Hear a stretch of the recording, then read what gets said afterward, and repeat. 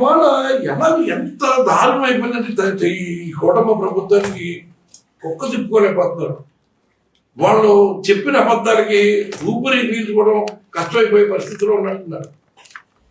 ఏదో press meet నిర్వహించి సంవత్సరం పూర్తయిన సందర్భంగా జగన్మోహన్ రెడ్డి గారు ప్రెస్ మీట్ పెడితే ఒక తెలుగుదేశం పార్టీలో పనిచేసిన కార్యకర్త వాళ్ళు చేసిన మోసానికి ఆ పార్టీల నుంచి బయటకు వచ్చి వైఎస్ఆర్లో ఆ సత్యనపల్లి ఆ ప్రాంతంలో ఉన్న యువకుడు వచ్చి ఒక సినిమాలో డైలాగ్ను ఒక రికార్డు మీద పెట్టి తిరిగాడు. వీళ్ళు ఎన్ని వదిలేసి ఇంక ఇప్పుడు వీళ్ళకి ఏంటి డైవర్షన్ కూడా రోజు డైవర్షన్ ఏం పని చేస్తామన్నా తెలియకపోతే ఆడెవడో ప్లకార్డ్ మీరు ఆడే పంపించారో కూడా తెలియదు. ఆ రఫా ప్లకార్డ్ కూడా చూపించారు. అది కూడా ఎవరు చెప్పారు?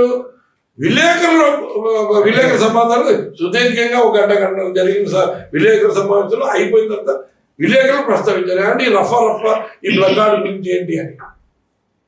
అదేంటి అదేదో సినిమా ఏదో సినిమాది పుష్ప 2 అని కదా డైలాగ్ అని కదా అంటారు. ఏదో గడ్డ ఎలా తిప్పాలా అన్నది అని కదా అన్నది అని ఆయన అన్నాడు. దానికి మీరేం చెప్తున్నాడు? సీనియర్ మోస్ట్ పొలిటీషియన్ దగ్గర 90కి 2 సంవత్సరాల దగ్గరలో ఉన్నాడు. 90లో వచ్చిన కూడా తెలియదు. కాటికి కాడు చాపుకున్నట్టుగా దగ్గర అయిపోయాడు. ఏం మాట్లాడుతున్నాడంటే అతను జగన్మోహన్ రెడ్డి తల్లరికేస్తాడా? జగన్మోహన్ రెడ్డికి బతికే అర్హత ఉందని అడుగుతాడా? ఏ బుద్ధి జ్ఞానం లేదా? 7 వచ్చిన సరిపోయినా అంటే నువ్వు నీ నాయకుడు మెహర్బానీ కాదు నీ ఇష్టం వచ్చినట్టు మాట్లాడతావా? నేను జగన్మోహన్ రెడ్డి గారి ఉద్దేశాన్ని ఏమన్నా చెప్పాడు? అయినా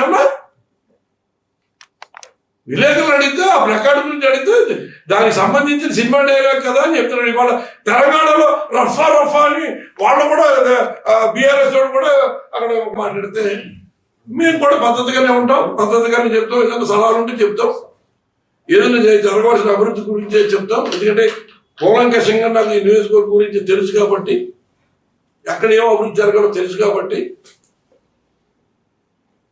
చెప్తా ఉంటాం.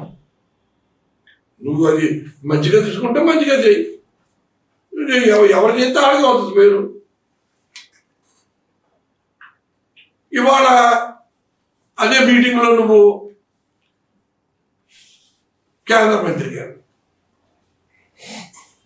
అరే బాబు కేంద్ర మంత్రి గారు నువ్వు మాట్లాడిన భాషలో నేను మాట్లాడాలి కదా, నీకు సంస్కారం లేదు. మరి నీతో పాటు మేము కూడా అలాగే మాట్లాడలే పరిస్థితి తీసుకొస్తున్నాను. నేను ఎవరో నీకు తెలియదంట. నువ్వు 2014 నుంచి నాతో ఎన్నిసార్లు మాట్లాడావు? మొన్న అంటే సందర్భాన్ని గురించి కాదు, నువ్వు మాట్లాడిన భాష గురించి మాట్లాడతావు, నువ్వు మాట్లాడిన విధానం గురించి మాట్లాడతాను. నీకు కళ్ళు అంటే కౌన్సిలర్ స్థాయి నుంచి అదృష్టం కొద్దీ కేంద్ర మంత్రి అయిపోతే నేల వదిలేసి కళ్ళు నెత్తి మీదకి వచ్చేస్తే నువ్వు మాట ఏ రకంగా మాట్లాడుతాయో దాని గురించి మాట్లాడతాను. మీ తండ్రి గారి కాలం చేస్తే 4 సార్లు ఫోన్ చేశాం. నిజమే, ఖచ్చితంగా మేము వచ్చి వాదార్చవలసి ఉంటే నేను మీకు ఫోన్లో కూడా చెప్పాను. వరుణ్ గారు నేను వైజాగ్లో ఏదో ఇబ్బందులు ఎదుర్కొన్నాను, నేను వచ్చిన తర్వాత మళ్ళీ మిమ్మల్ని కలుస్తాను. నేను పర్వాలేదండి అన్నాను. మరి నేనెవరో తెలవకూడదు ఏంటి? ఎవడో సీకే సత్యనారాయణ అంటే ఏంటి? మా ఇంటి పేరు కొట్టు. నువ్వు అనుకున్నట్టు చిల్లర కొట్టు, హోల్సేల్ కొట్టు కాదు. నేను వ్యాపారంలో నేషనల్ ఇంటర్నేషనల్ స్థాయికి వెళ్ళి వ్యాపారాలు చేసి రాజకీయాలకు వచ్చినాడు. నీకు వెళ్ళి గాలివాటంతో అదృష్టం కొద్ది వచ్చేలా నేను అది రాజకీయాలకు వచ్చిన తర్వాత అనేక ఆటుపోట్లు ఎదుర్కొన్నాను. 7 ఎలక్షన్లు వేసాను వర్మ. గెలిపోవడంతోటే కాదు, ఓడిపోతే ఇంట్లో కూర్చోలా. ఓడిపోయినా గెలిస్తే నియోజకవర్గ అభివృద్ధికి ఎవరు చేయలేనంత అభివృద్ధి చేశారు. 2004 నుంచి 2009 వరకు మా పార్టీకి వ్యతిరేకంగా కథనాలు రాస్తే ఈనాడు సర్వే చేస్తే దాంట్లో జిల్లాలో 15 మంది ఎమ్మెల్యేలు నెంబర్ 1 స్థానంలో తాడేపల్లి నిలిచిందని వాళ్ళు రాశారు. అందుకని సన్నాసి కౌరుని చెప్పేస్తే సరిపోదు. 2000 1900 నెగ్గిన తర్వాత 2 సంవత్సరాలు కరోనాని దేశంలో ఏ రాష్ట్రం ఎదుర్కోలేనట్టుగా మా నాయకుడు జగన్మోహన్ రెడ్డి గారు ఎదుర్కొని ప్రజలు కాపాడిన ప్రాణాలు కాపాడాడు. లక్షలాది రూపాయలు వైద్యాన్ని ఉచితంగా చేయించాడు. ఏ కుటుంబం వీధి పడకుండా ఆకలి బాధలు ఉండకుండా నిలబెట్టాడు. పోలవరం ప్రాజెక్టు మీరు దోచేస్తే మీ ప్రధానమంత్రి గారు 2019 ఎన్నికల్లో ఏటీఎం లాగా పోలవరం ప్రాజెక్టు దోచేసుకున్నారు మీ బాబు కొడుకులని చెప్తే అది నీకు చెవురికి ఎక్కలేనట్టుంది. అప్పుడు ఇంకా మరి నువ్వు ఎక్కడున్నావో తెలియదు.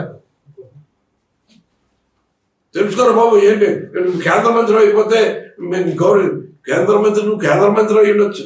నేను ఆటుపోట్లు నువ్వు కౌన్సిలర్ నుంచి డైరెక్ట్గా కేంద్ర మంత్రి అయిపోయావు. మధ్యలో గోల్డ్ గ్యాప్ వచ్చింది. అదృష్టం మంచిదే, మేము సంతోషపడ్డాం. పోలే మన జిల్లాకు సంబంధించినాడు ఒక కేంద్ర మంత్రి ఉన్నాడు కదా అనుకున్నాం. కానీ నీలాగా చౌకబారుగా మాట్లాడదే. నేను స్వయం కృషితోటి శాసనసభ్యుడిగా పోటీ చేసి 2 సార్లు ఓడిపోయి మళ్ళీ గెలిచి ఒక రాష్ట్రానికి ఉప ముఖ్యమంత్రి స్థాయికి వెళ్ళే నాకు అప్పచెప్పిన శాఖని సమర్థవంతంగా నిర్వహించాను. ఇవాళ రాష్ట్రంలో ఎన్నో గుళ్ళు అభివృద్ధి చేశాం, పునర్నిర్మాణం చేశాం, పెద్ద ఎత్తున దేవాలయ వ్యవస్థకి ఆధునీకరించాం, అన్ని రకాలుగా చేసాం. ఇక తాడేపల్లిగూడెం నియోజకవర్గానికి నువ్వు ఏ మూలకెళ్ళినా నేను చేసిన అభివృద్ధి కనపడుతుంది. ఇంకా కోట్లాది రూపాయలు ఇచ్చింది. ఈ నెలలో ప్రారంభోత్సవాలు ఉన్నాయి, ఇంకా వచ్చే నెలలో ప్రారంభోత్సవాలు ఉన్నాయి, ఇంకా జరుగుతూనే ఉంటాయి. తాడేపల్లిగూడెం నియోజకవర్గంలోని ప్రాంత ప్రజల కుటుంబాలు సుఖ సంతోషాలతో ఉండాలి, సుభిక్షంగా ఉండాలి, వాళ్ళకి దైవ కృప బాగా ఉండాలని నేను ఆ శాఖ మంత్రిగా ఉండి రాష్ట్రంలో ఎప్పుడు ఏ విధంగానూ జరగని విధంగా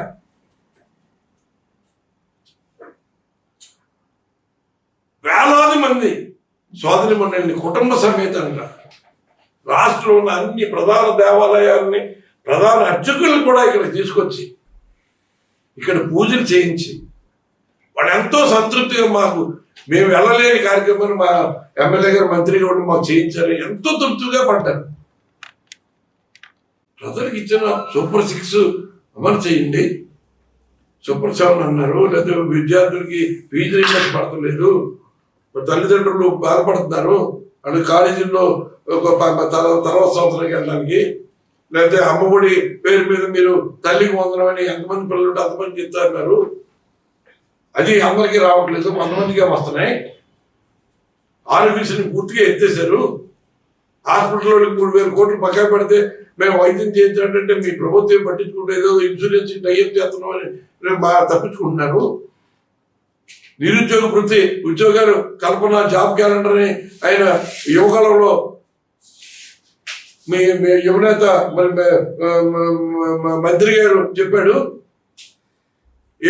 ఏమైపోయిందో క్యాలెండర్ తెలియదు, 3000 రూపాయలు నిరుద్యోగ పడతా అన్నాడు. ఇప్పుడు 12 నెలలు అయింది, ఒక్కొక్కడికి 36,000 మీరు బాకీ. రైతు భరోసా 20,000 ఇస్తున్నారు, మేము 13,500 ఇస్తే మేము 16,000 ఇస్తా అన్న తర్వాత మీరు 20,000 ఇస్తా అన్నారు. కేంద్ర ప్రభుత్వం ఇచ్చే 6,000 అదనం అని చెప్పారు. ఎక్కడ ₹1 ఇవ్వలేదు. 2024లో పంట నష్టం జరిగితే ఇవాళ వరకు కూడా ఇన్పుట్ సబ్సిడీ రాలేదు. ఇన్సూరెన్స్ అనేది గాలి వదిలేశారు. అవాళ జగన్మోహన్ రెడ్డి గారు మొత్తం రాష్ట్రంలో ఉన్న అన్ని పంటలకి సంబంధించి ఇన్సూరెన్స్ అంతా ప్రభుత్వంతో కట్టించి ఎక్కడన్నా రైతు నష్టపోతే అక్కడ ఇన్సూరెన్స్ ఇప్పించాడు. గిట్టుబాటు ధరల స్థిరీకరణ నిధి నుంచి ఇటు మొక్కజొన్నలు కానీ తడిసిపోయిన ధాన్యం కానీ ఇతర పంటలు ఏదైనా సరే ఏ పంటకి మీ ఎంఎస్పి లేకపోతే దాన్ని నిలబెట్టి కొనిపించి రైతులు నిలబెట్టాడు, వ్యవసాయ రంగాన్ని నిలబెట్టాడు. ఎంతమంది వేల మంది రైతులు సన్నకారు రైతులకి బోర్లు వేయించి మోటార్లు ఇచ్చి ఉచితంగా బోర్లు వేయించి మోటార్లు బిగించి కరెంటు కనెక్షన్లు ఇప్పించి ఎంతమంది చేసాం.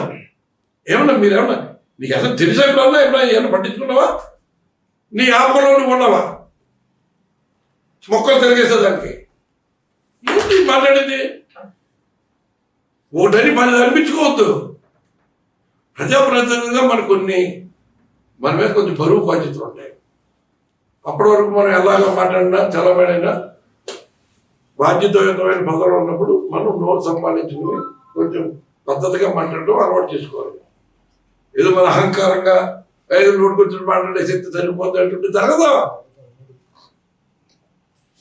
వెనకాల కూడా ఏమో కొట్టేసి వేసేస్తే ఏమవుతో అయిపోయి అనుకుంటున్నారా? అది కూడా అయిపోతుంది. ఈ సంవత్సర కాలంలోనే ఏంటో తెలిసిపోయింది. అసలు ఏం చూసుకుని మీరు విడిచిపడిపోతారు నాకు అర్థం కావట్లేదు. అంటే వెనకాల ఉన్నవాళ్ళు ఇంట్లో ఏమొస్తుంది ఏముంది, గత ప్రభుత్వం ఏమొచ్చింది, ఈ ప్రభుత్వంలో వచ్చేది ఎందుకు ఆగిపోయింది అన్నది ఎవరు ఆలోచించట్లేదా? మన తాడేపల్లికి ఇలవేలుపు అమ్మవారు బరిసలమ్మ తల్లి ఏదో మాణిక్యాలరావు ఆయన దేవాదాయ మినిస్ట్రీగా ఉండి గుడి కట్టించాడు. చాలా సంతోషం. అంతేకాదు గుడి ఒకటే కట్టించేశాడు. కనీసం ముఖమండపానికి గిరిళ్ళు కూడా లేని పరిస్థితిలో ఆకతాయితనంగా రోజు సాయంత్రం వెళ్ళి ఇప్పుడు వెనకాల ఉంటే బ్యాచ్లు అన్నీ అక్కడ మందు తాగు తంగనాలు ఆడటానికి ఉంటే